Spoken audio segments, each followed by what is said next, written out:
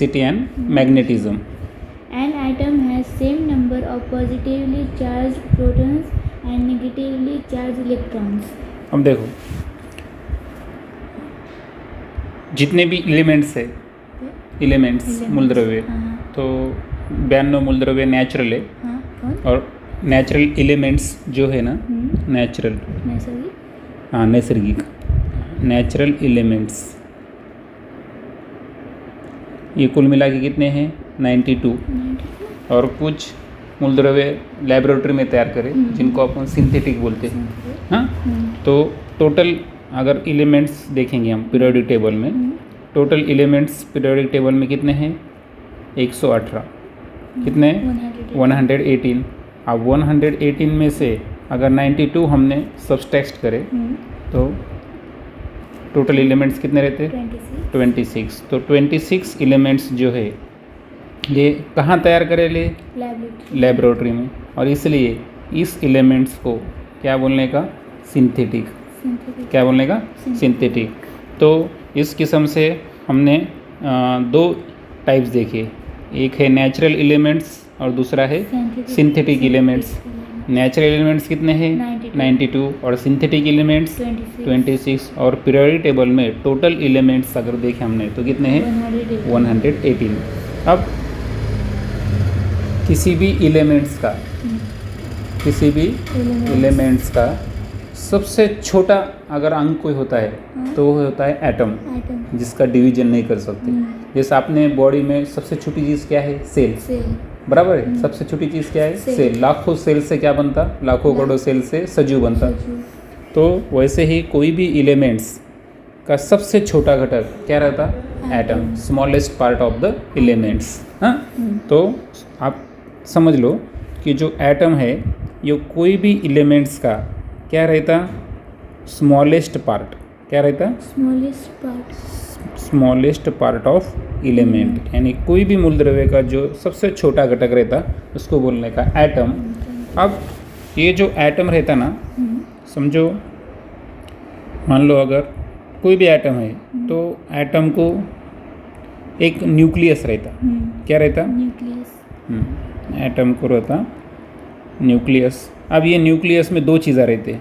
एक रहता प्रोटॉन और दूसरे रहते न्यूट्रॉन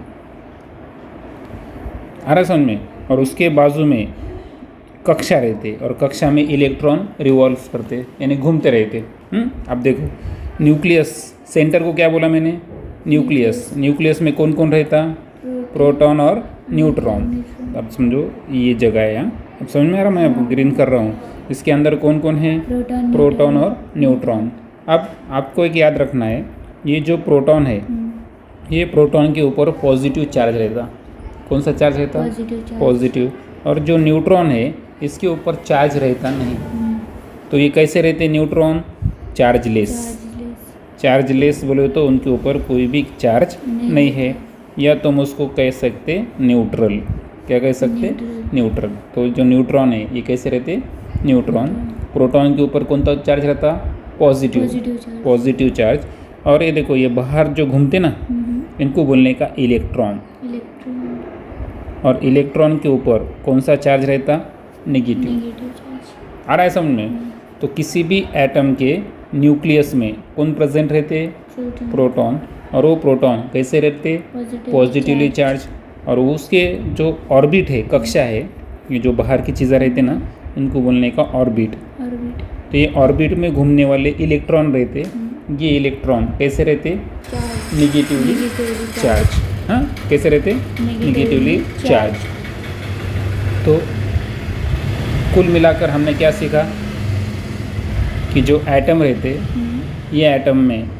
प्रोटॉन और इलेक्ट्रॉन की संख्या कैसी रहती सेम रहती यानी जितने प्रोटॉन उतने ही इलेक्ट्रॉन बट प्रोटॉन और इलेक्ट्रॉन में फ़र्क कैसा है प्रोटॉन कैसे रहते पॉजिटिवली चार्ज और कहाँ पर रहते न्यूक्लियस में और जो इलेक्ट्रॉन्स है ये कैसे रहते नेगेटिवली चार्ज और ये किसके अंदर घूमते ऑर्बिट के अंदर So an object doesn't show any charge through its atom contain charged particles.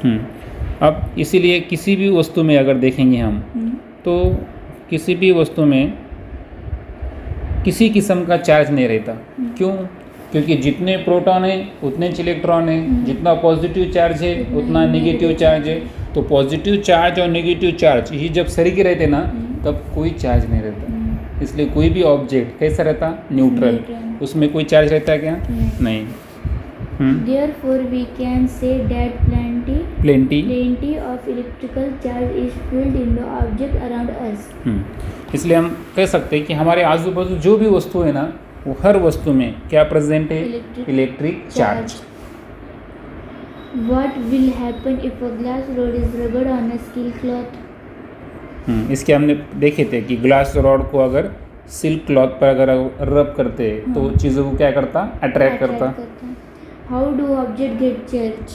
हाँ, तो उस टाइम में ग्लास रॉड चार्ज हुआ तो फिर घसने के सिल्क क्लॉथ पर रब करने की वजह से ऑब्जेक्ट में क्यों चार्ज तैयार हुआ? What are static and moving charge? हाँ, चार्ज के दो प्रकार रहते हैं। जो चार्ज एक ही जगह रहता उसको कौन सा चार्ज बोलने का? Static charge. और जो चार्ज एक जगह से दूसरे जगह पर मूव कर सकता है ना तो उसको क्या बोलने का? Moving charge. Moving charge get transferred from one object to the other. हाँ, अब स्टैटिक चार्ज जो है वो एक वस्तु से दूसरे वस्तु में जाते क्या? नहीं। लेकिन जो मूविंग चार्जेस है वो एक ऑब्जेक्ट से दूसरे ऑब्जेक्ट में क्या हो सकते? ट्रांसफ़र हो सकते। These are negatively charged, moving negatively charged particle are the electron. हाँ, अब एक ऑब्जेक्ट से दूसरे ऑब्जेक्ट में हमने देखे मूविंग चार्जेस क्या होते? ट्रांसफ़र होते। फिर ये जो ट्रांसफ़र होने वाले चार्ज है ये कौन से चार्ज है? Negatively charge. और इसीलिए मूविंग नेगेटिव चार्ज को क्या कहा जाता है?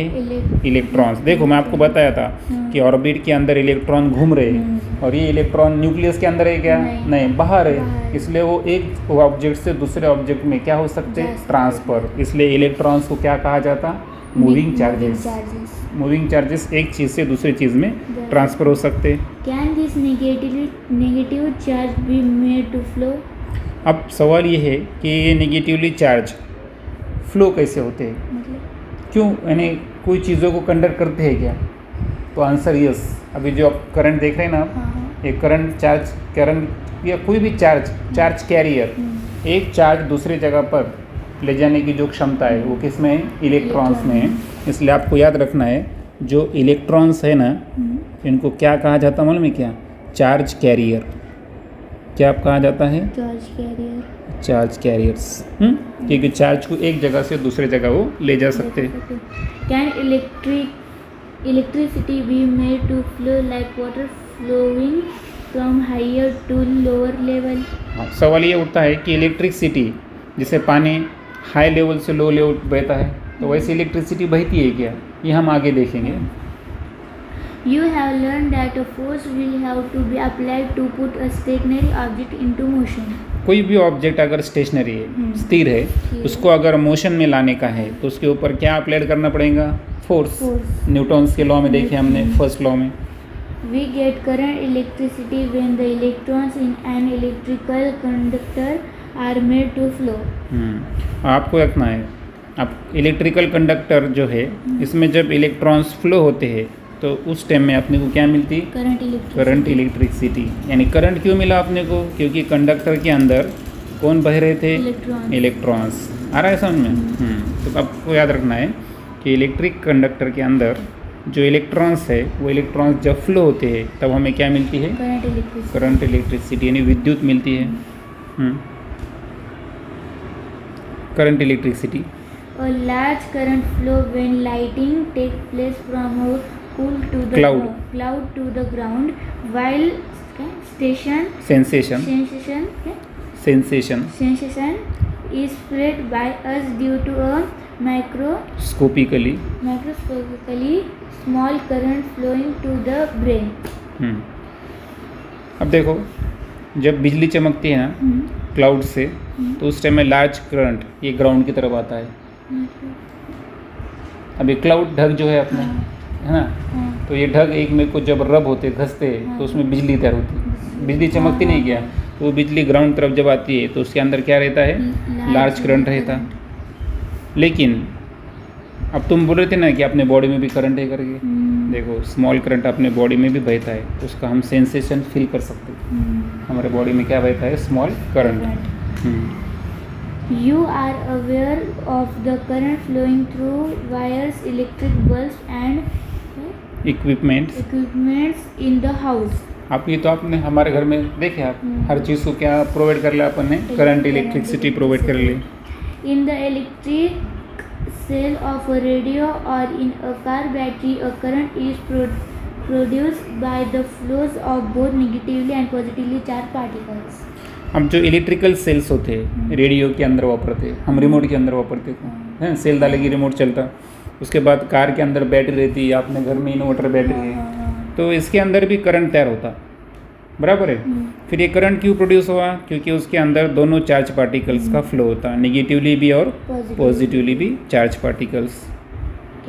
Electrostatic potential, Water or a liquid flows from a higher level to lower level.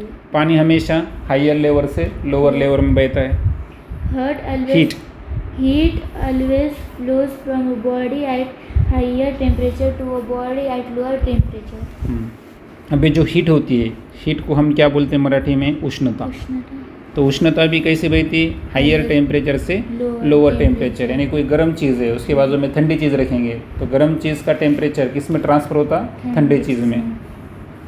Similarly, there is a tendency of the positive charge to flow from a point of higher electric level to a point of lower electric level. हाँ, और उसी किस्म से जैसे पानी हमने देखे higher से लोअर लेवल बहता है, उसके बाद हीट हायर टेम्परेचर से लोअर टेम्परेचर, तो उसी किस्म से जो पॉजिटिव चार्ज है इसका फ्लो कैसा रहता है?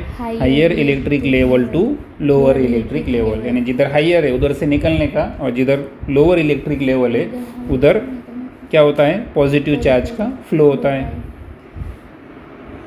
This electric level deciding the direction of flows of electric charge is called electrostatic potential. और ये जो इलेक्ट्रिक लेवल है जो कि क्या कर रही है? डिसाइड कर रही है कि इलेक्ट्रिक चार्ज की फ्लो की डायरेक्शन क्या रहेंगी, तो उसी को क्या बोलने का? Electrostatic potential. यानी इलेक्ट्रोस्टैटिक पोटेंशियल एक किस्म की इलेक्ट्रिक लेवल है जो क्या डिसाइड कर रही है कि इलेक्ट्रिक चार्ज की फ्लो की डायरेक्शन क्या रहेंगी, और वो डायरेक्शन कैसी है? Higher electric level to lower electric level. ये जो डायरेक्शन है इलेक्ट्रिक लेवल की बराबर है, इसी को क्या बोलने का? Electrostatic potential. Potential differences.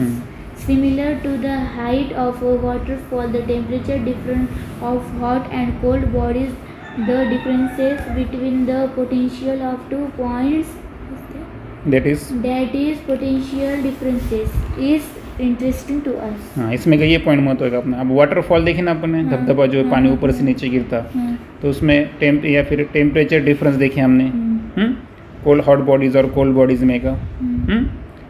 तो उसके बाद difference between the potential of 2 point, कोणते ही 2 पॉइंट के अंदर का जो पोटेंशियल का डिफरेंस रहेगा उसको बोलने का पोटेंशियल डिफरेंस। पोटेंशियल डिफरेंस यानी क्या? फिर difference between the potential of 2 point, यानी तुमने इतना भी अगर व्याख्या याद रखे है ना, कौन सी पढ़ो एक बार? Difference between difference between the potential of 2 points, that is potential difference. उसको बोलने का पोटेंशियल डिफरेंस।